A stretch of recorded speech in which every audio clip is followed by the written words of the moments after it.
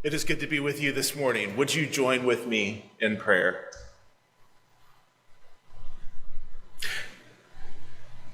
God, speak through me, if need be, in spite of me, and always beyond me, that your word may be faithfully proclaimed in this day and in this hour. Amen. My first time on the University of Illinois campus was in the early 1990s.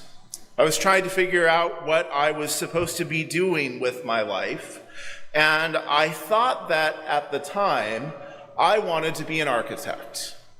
Well, one of my friends from my hometown was studying here at the University of Illinois, getting his master's degree in architecture, and so he loaded me up in his car and drove me all the way across the state of Illinois to come to Champaign-Urbana, where he took me on a campus tour and talked with me about what it meant to study and to be an architect.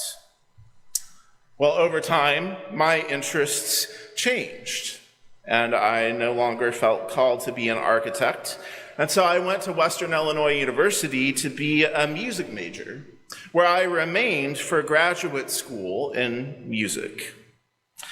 And one time I was in my graduate research class, and our professor said that we needed to go to a bigger and a better library than the library that we had on campus for music. We needed to go to a research library.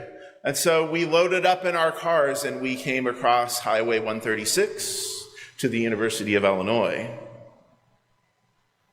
There's something to be said for this university and this campus because it is a research institution.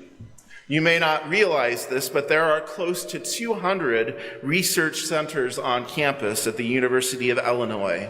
They range from healthcare to agriculture, and students are constantly doing research for classes and theses and doctoral dissertations because there is something to be proven or something to be disproven.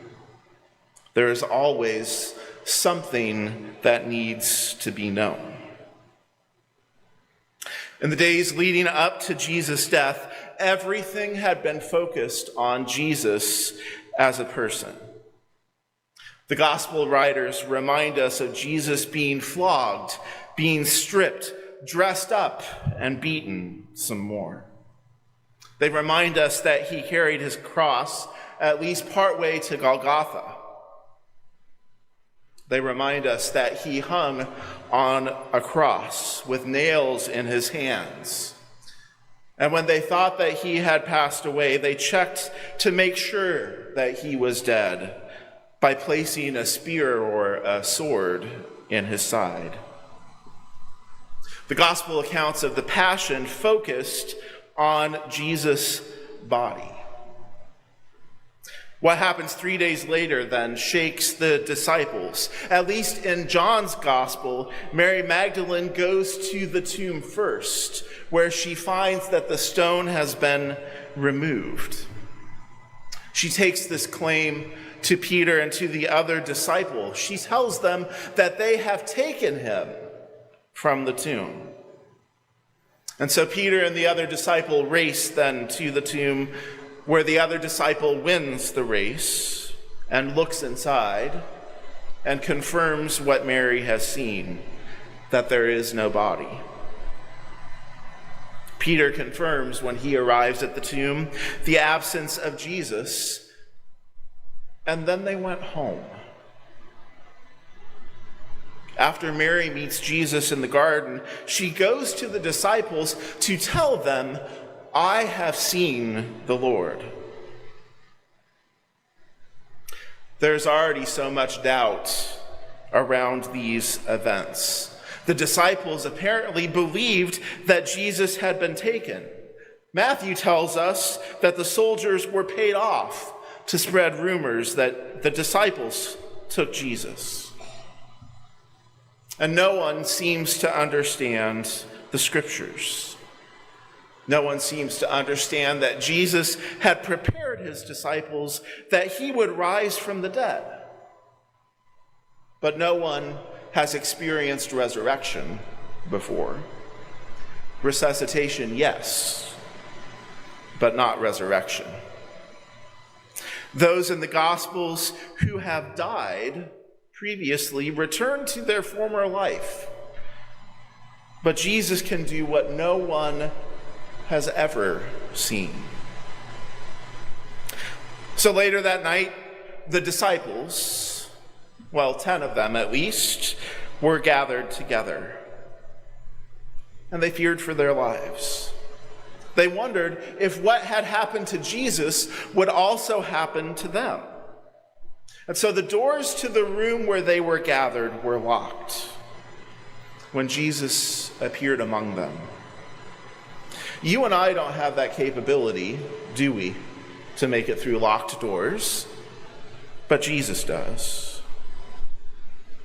There is so much fear and there is so much doubt in that room that Jesus extends peace to the disciples not once, but twice. And Jesus showed them his hands and he showed them his side. It was a means of showing to them that he was alive in his body. Now, Thomas tends to take one for the team here because he wasn't present on that day, but not one disciple had truly believed and had understood what was supposed to happen to Jesus. Each one of them had to see to believe. So it is not a shock that the next week Jesus showed up again. In the meantime, Thomas comes and gathers with the disciples, and the disciples tell them what has happened. Thomas wants to see for himself, just like the other disciples. He also needs proof. And so a week later, the doors are again shut to the room where they have gathered, but Jesus came and he stood among them a second time. And he addressed Thomas. He showed Thomas his wounds, and he goes even a step further than he had done with the other disciples the week before. He invites Thomas to touch the wounds in his hands and to touch the spot where the spear had pierced his side. Jesus' message to Thomas is that he should not doubt, but that he should believe. Thomas professes his faith that Jesus is both Lord and God. And Jesus' response to Thomas's profession of faith is, "Blessed are those who have not seen and yet have come to believe." That is a bold statement that Jesus makes, and yet all of those who are gathered want to have proof. The call of the disciple, though, is to trust in what cannot be seen. In 1891, people gathered under a tree for a Methodist class meeting, which developed into Second Methodist Church, becoming Parks Chapel Methodist Church. An auditorium and a Sunday school building were built on the north edge of the University of Illinois campus. And Reverend Toby was assigned to this congregation in 1900, where he had a dream and a vision for a university church. That church, Trinity Methodist Episcopal Church, was planted in 1905. And those pastors and that congregation cast a vision of something that could not be seen. And what was unseen was then picked up by James Baker, who worked with all four conferences in Illinois. working with their commission on ministry, building upon that vision that had been cast by Reverend Toby to have a separate organization from the church. And after 4 years of study, the Wesley Foundation was birthed. Baker was the first director and also the pastor at Trinity Methodist Episcopal Church. And still, they dreamed and believed in what they could not yet see. They believed that they could build a building that could become a social center in the center of the university. And who would have thought that 112 years later, Wesley would still be here in this place? Who would have thought that it would be the first one of not just dozens across the country, but 5 in the Illinois Great Rivers Conference of the United Methodist Church? Who would have thought 112 years ago that we would worship in this space? Who would have believed in what those who came before us could not see? And yet this is the essence of faith.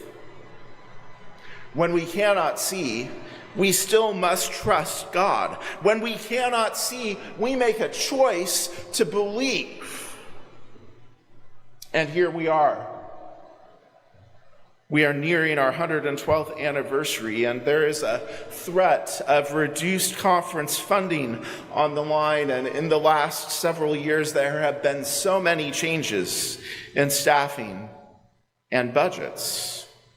There's been a shifting of ministry from the ways that we used to do things to the ways that things are today, and the promise that there will be more change to come. And here we are in a time when the future is still unknown.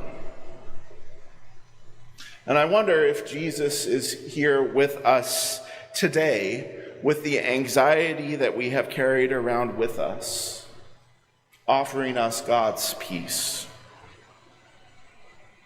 Perhaps Jesus will come and will breathe the Spirit into each of us.